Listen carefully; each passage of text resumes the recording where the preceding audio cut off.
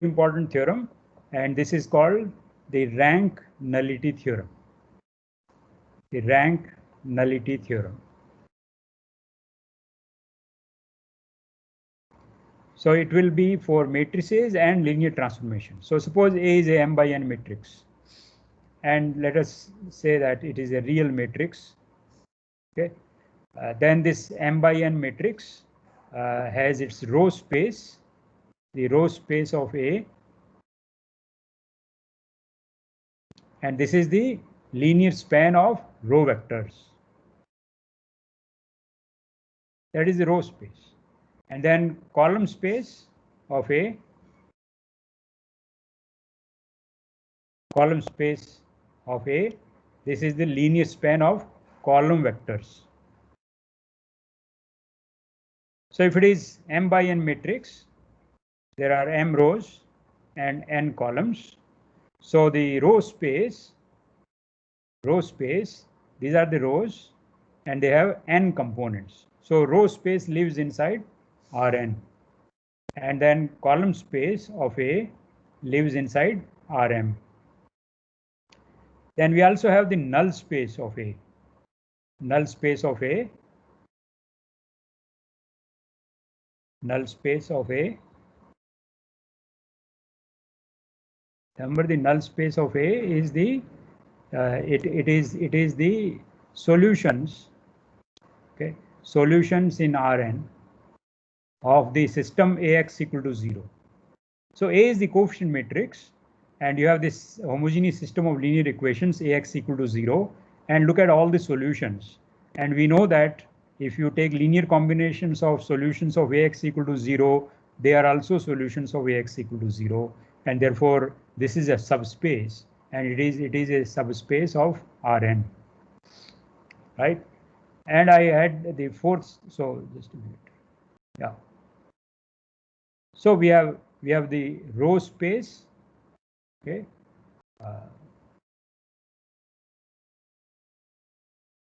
Yeah. So A is this matrix. A is this m by n matrix. A is this m by n matrix. And what it is doing, it takes a vector V and gives an output, which is a vector AV. So it is, the domain is Rn and the codomain is Rm, and it gives rise to this function whose inputs are vectors with n components and outputs are vectors in m components. So this is called linear transformation. This is called linear transformation induced by the matrix, by A. So this TA takes a vector and produces the vector AV. All right. So with A we associated, remember, we associated 4 fundamental subspaces. Yeah, 4 fundamental subspaces we had associated. So 2 of them, they are in Rn, and 2 of them are in Rm. So row space of A, okay, and the null space of A. So null space of A is all vectors, so that Ax equal to 0. And this is the linear span of rows of A. Yeah. And then in Rm, we have the column space of A. This is the linear span of columns. Columns live inside Rm. Okay. And then we have the counterpart of null space of A is null space of A transpose. Null space of A transpose is all vectors, so that A transpose Y equal to 0. But if A transpose Y equal to 0, that means Y transpose A equal to 0. So these are the row vectors.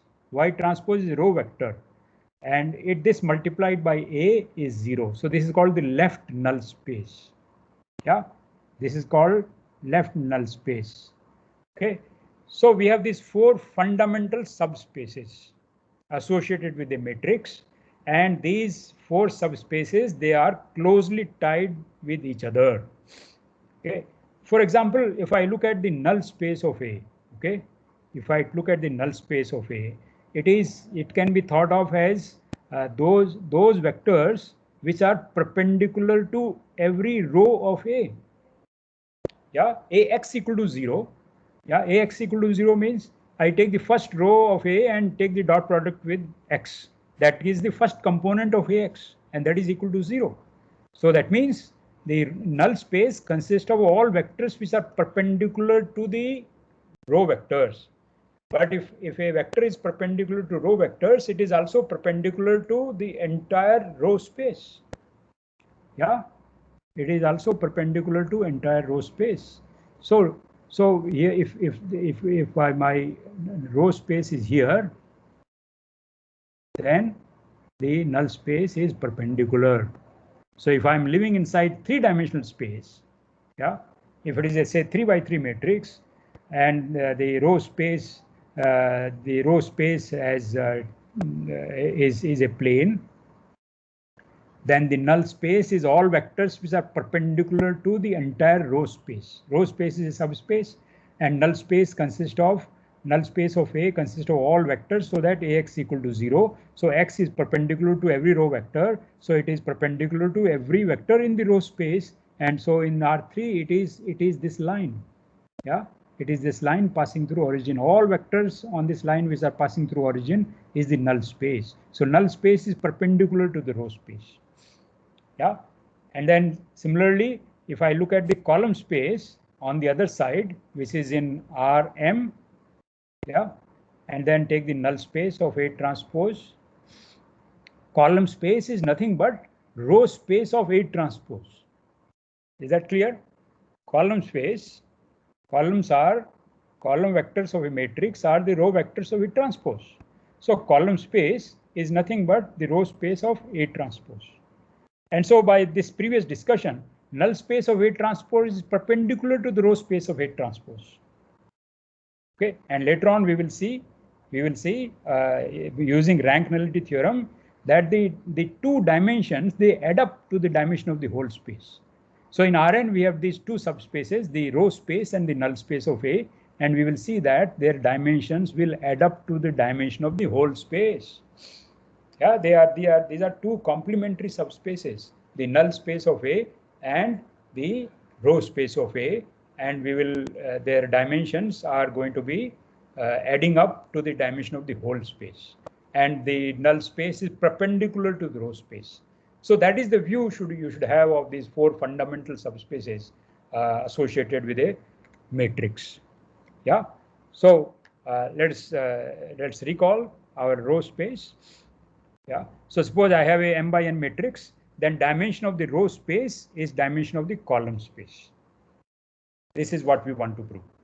Row space is living inside Rn, and the column space is living inside Rm. Okay, they live inside different vector spaces, but they have equal dimension. Yeah, they have equal dimension. That's a surprising fact. If you look at some rectangular array, the row vectors are very different from column vectors. Yeah, but the dimension of the row space and dimension of column space will always coincide. And this number will be called rank of a matrix. Okay, this number is called rank of A. So either take the row space, linear span of all the rows, or take the linear span of all the columns. These are two different vector spaces, but they have equal dimension, and that is called the rank of the matrix. Okay, yeah. So let's see how this can be proved using the Gauss elimination method. So given matrix is, it is very complex, and in order to understand this, we always appeal to the row canonical form, because row canonical form is a simplified version of the matrix.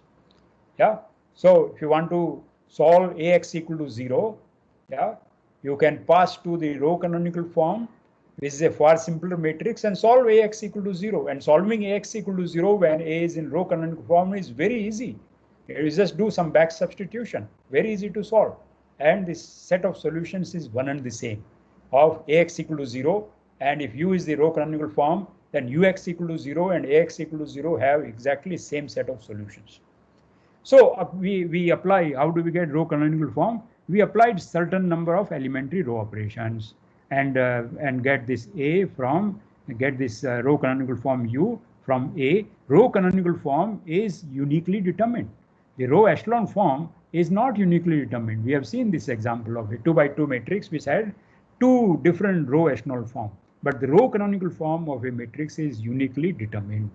So how do we get the row canonical form? Yeah, so start with the matrix A and apply certain row operations, elementary row operations, and simplify this to the row canonical form. Simplify this to row canonical form, but each matrix is obtained by pre-multiplying A with an elementary matrix. Then A2 is obtained from A1 by multiplying on the left by some elementary matrix, and so on. So this row canonical form is actually obtained by pre-multiplying A by a set of elementary matrices, and I get U. But elementary matrices are invertible matrices. Okay, we have proved that invertible matrices are exactly product of elementary matrices. Okay, so this is, and product of invertible matrices is invertible. So suppose this matrix is E, then A equal to E inverse times U. So A and U, they are connected by a product of elementary matrices. Yeah, so A is equal to some E times U, where E is a product of elementary matrices. Okay. Yeah. So in the row canonical form, we know that the certain rows which are zero rows, they are at the bottom of the matrix, and non-zero rows are on the top. Okay.